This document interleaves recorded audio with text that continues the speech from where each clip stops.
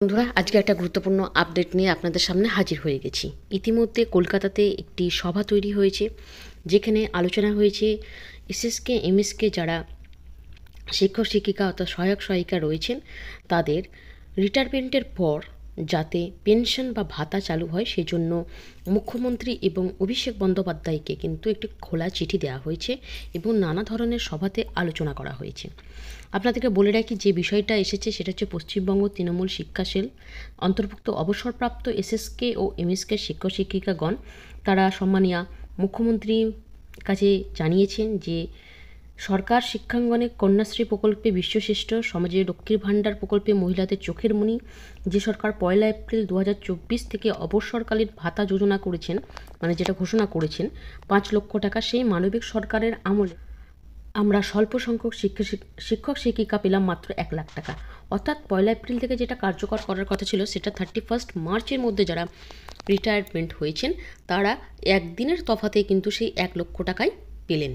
অর্থাৎ আগে যে 60 অপশানকারীদের দেওয়া হতো 1 লক্ষ টাকা এবং 65 অপশানকারীদের যে 1 লক্ষ টাকার কথা দেওয়া হতো সেই টাকাটাই তারা পেতেন।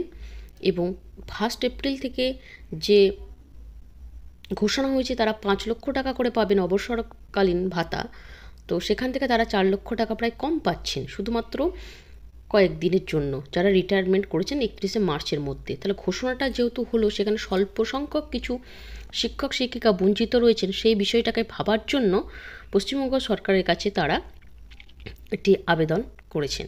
এক্ষেত্রে তারা মেনে নিয়েছেন যে কোনো ঘোষণা যখন হয় তখন একটা ডেডলাইন মেনে হয়, অর্থাৎ অমুক ডেট থেকে এই ঘোষণাটি কার্যকর হবে, এটা তো একদম সঠিক।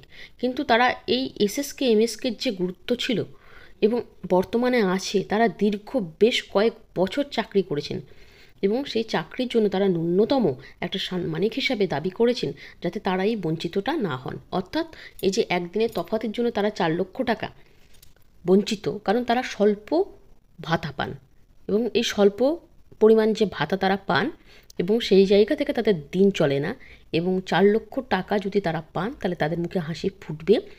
এই আবেদন নিয়ে তারা সরকারের কাছে একটি চিঠি কিন্তু দিয়েছে। ইতিমধ্যে তারা এটাও জানিয়েছে বর্তমানে যাদের 60 বছর হয়ে যাচ্ছে তারা বার্ধক্য ভাতা পাচ্ছে এবং অনেকে অনেক রকমের ভাতা পাচ্ছে, সেই জায়গা থেকে একটা লামসাম টাকা তো তারা পাচ্ছেই এবং তাদের যদি কিছু পেনশন বা ভাতার কথা উল্লেখ করা হয় বা সেটা যদি চালু করা হয় তাহলে তারা উপকৃত হবেন।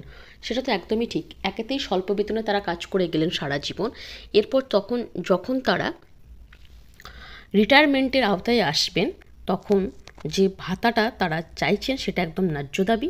ইতিমধ্যে আপনারা জানেন যে ইপিএফের জন্য কিন্তু একটা ঘোষণা হয়েছে, সেখানে 65দের এখনও অপশান নেই, সেখানে কিন্তু সবাই যে সুবিধা পাচ্ছেন সেটাও কিন্তু নয়, সেটা সবার জন্য চালু আদৌ হবে কি না সেটাও কিন্তু বলা যাচ্ছে না।